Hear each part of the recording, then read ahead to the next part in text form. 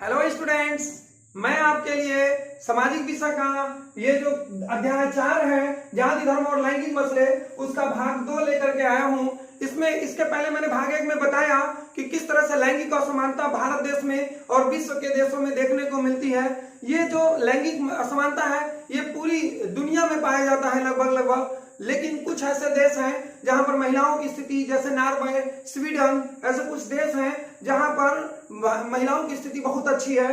हालांकि भारत में भी मैंने बताया आपको कि जो ग्राम पंचायतें हैं, जो निकाय है शहरों में, वो जो नगर पालिकाएं हैं, उसमें करीबन 10 लाख से ज्यादा महिलाएं प्रतिभाग कर रही हैं। तो इस तरह से मैंने बताया कि भारत की राजनीति में जो लैंगिक मसले हैं वो किस तरह से अपनी भूमिका निभाते हैं। अभी इस वीडियो में जो भाग 2 है, इसमें मैं आपको पढ़ाने वाला हूं धर्म का, कि धर्म यानी सांप्रदायिकता। धर्म और सांप्रदायिकता को काफी हद तक आप जोड़ सकते हैं, एक ही शब्द है, इनके दोनों के लगभग एक ही अर्थ निकलते हैं। और राजनीति यानी धर्म का या सांप्रदायिकता का राजनीति में क्या असर होता है, क्या प्रभाव पड़ता है बच्चों। तो सबसे पहले मैं बता दूं, सांप्रदायिकता, मैंने पिछले कई वीडियो में सांप्रदायिकता के बारे में बता दिया है कि जब कोई विशेष धर्म अपने ही धर्म के हित के बारे में सोचता है और दूसरे धर्म को कमजोर समझता है या निम्न समझने लगता है, तो उसको हम सांप्रदायिकता की दर्जा देते हैं। सांप्रदायिक होना इसका मतलब अपने ही धर्म को ज्यादा तवज्जो देना, धर्म ज्यादा महत्व देना। तो कहता है कि जो धर्म है उस धर्म का भारतीय राजनीति में या दुनिया की, देखिए बच्चों, मैं आपको समझाने का काम कर रहा हूं। दुनिया के जो तमाम देश हैं, जो विभिन्न भिन्न देश हैं, सब में जो धर्म का राजनीति में प्रभाव है वो अलग अलग है। जो लैंगिक मसला है उसको आप वैश्विक कह सकते हैं, यानी पूरी दुनिया में लगभग इसका असर है, लेकिन धर्म का असर पूरी दुनिया में है ये कोई आवश्यक नहीं है। बहुत सारे ऐसे देश हैं जहां राजनीति में धर्म बहुत अधिक भूमिका नहीं निभाता है। लेकिन मैं बताऊं कि धर्म का मसला क्या है कि जब राजनीति के अंदर हम धर्म को जोड़ लेते हैं, यानी धर्म को आधार बना करके जब हम राजनीति करते हैं, तो हम कह सकते हैं कि वो हमारे वहां की जो राजनीति हो रही है वो धर्म आधारित राजनीति हो रही है। उसी तरह से सांप्रदायिकता को मैंने बताया। सांप्रदायिकता क्या है कि जब हम अपने ही धर्म को विशेष महत्व देने लगते हैं तो हम सांप्रदायिकता उसी को कहते हैं। अब इसको एक शब्द है कि सांप्रदायिक राजनीति। सांप्रदायिक राजनीति क्या है? सांप्रदायिक राजनीति को, अच्छा उसके पहले मैं धर्म के बारे में बता दूं। गांधी जी ने कहा था कि राजनीति और धर्म को अलग अलग नहीं किया जा सकता।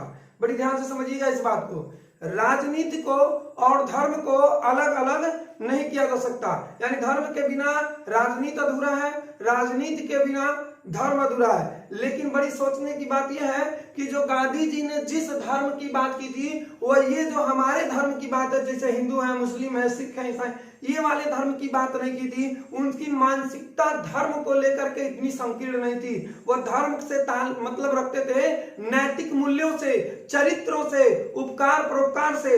वो इसका मतलब हिंदू या मुसलमान से नहीं रखते थे। उनका यह मानना था कि जब तक हम नैतिक मूल्यवान नहीं होंगे, नैतिक चरित्रवान नहीं होंगे, तब तक हम सत्य रूप से राजनीति नहीं कर सकते। इसका इसी आधार पर उन्होंने कहा था कि राजनीति और धर्म को अलग अलग नहीं किया जा सकता।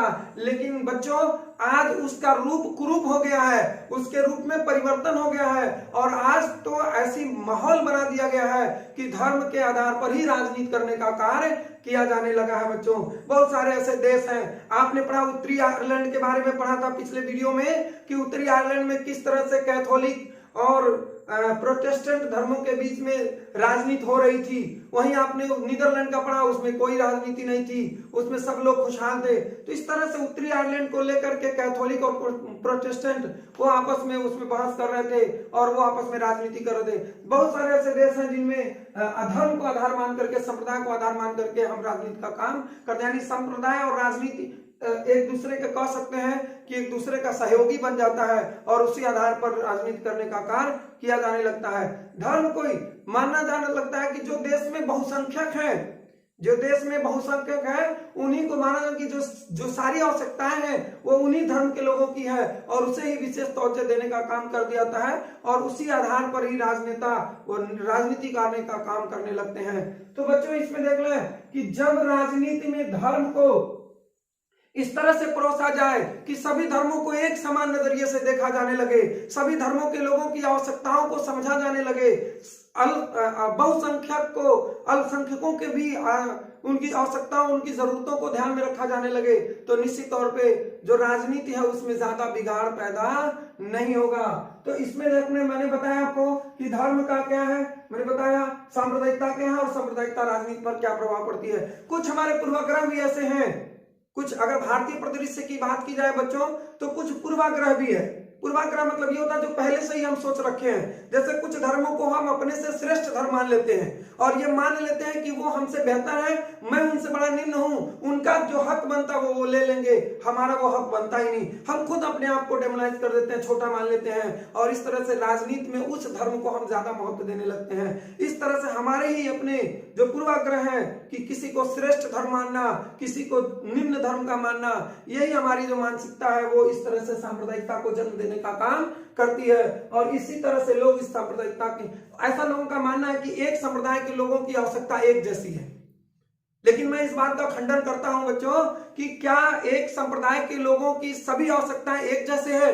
नहीं है। उनकी परिस्थितियां, उनकी स्थितियां, क्या वो अमीर घर के हैं, क्या वो गरीब घर के हैं, क्या वो मध्यम वर्गीय हैं, ये सब मायने रखता है। ग्रामीण परिवेश में रहते हैं, शहरी परिवेश में रखते हैं, रोजगार है उनके पास की नहीं है, इस तरह से क्या ये तय किया जा सकता है कि एक ही तरह के संप्रदाय की सभी आवश्यकताएं एक जैसे नहीं होती, फिर हम सांप्रदायिक आधार पर राजनीति कैसे कर सकते हैं। किंतु ये विडंबना है कि भारत में या दुनिया के बहुत सारे ऐसे देश में धर्म आधारित संप्रदाय आधारित क्या होने लगता है, राजनीति होने लगता है, जो कहीं ना कहीं राजनीति को दुष्प्रभावित करने का काम करता है। इसी तरह से और भी बहुत सारे उदाहरण है बच्चों जो सांप्रदायिकता को और माहौल पैदा करता है। जैसे कोई एक व्यक्ति जब किसी विशेष धर्म का जो अच्छे स्थान को प्राप्त कर लेता है, उसकी एक बड़ी मंशा होती है कि उस धर्म के, उस संप्रदाय के लोग और स्थिति को अपने मजबूत करना है और इस तरह से वो अपने ही संप्रदाय को और अधिक समृद्ध करने की कोशिश में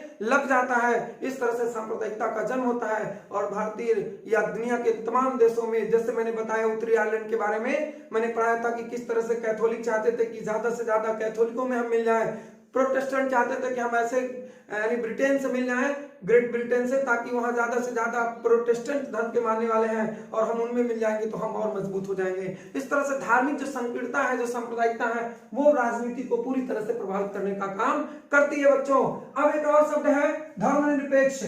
धर्मनिरपेक्ष ये तो मैं पहले भी बता चुका हूं। धर्मनिरपेक्ष क्या है कि जब किसी राज्य की कोई विशेष जाति या धर्म नहीं हो सकती, जब कोई किसी राज्य का कोई एक धर्म नहीं होता, कोई विशेष जाति नहीं होती, विशेष पंथ नहीं होता, तो हम उसे कहते हैं धर्मनिरपेक्ष। यानी कि किसी भी देश का, यानी किसी एक देश का कोई विशेष धर्म नहीं है। जैसे अगर हम बात करें ब्रिटेन का तो कहेंगे हम ईसाई बहुल देश है, पाकिस्तान की बात करें तो हम कहेंगे मुस्लिम बहुल देश है, सऊदी अरब की बात करेंगे तो मुस्लिम बहुल देश है, अगर हम श्रीलंका की बात करेंगे कहेंगे बौद्ध बहुल देश है, अगर हम चीन की बात करेंगे तो कहेंगे बौद्ध बहुल देश है। तो उसी तरह से बहुत सारे ऐसे देश हैं जो धर्म के आधार पर स्पेशली उनको महत्व दिया जाता है, लेकिन बहुत सारे ऐसे देश हैं जिनका कोई एक निजी धर्म ही नहीं है। जैसे मैं कहूँ भारत एक क्या है, एक ऐसा देश है जिसमें सभी तरह के धर्म में रहते हैं और सभी को एक समान भारतीय संविधान ने माना है।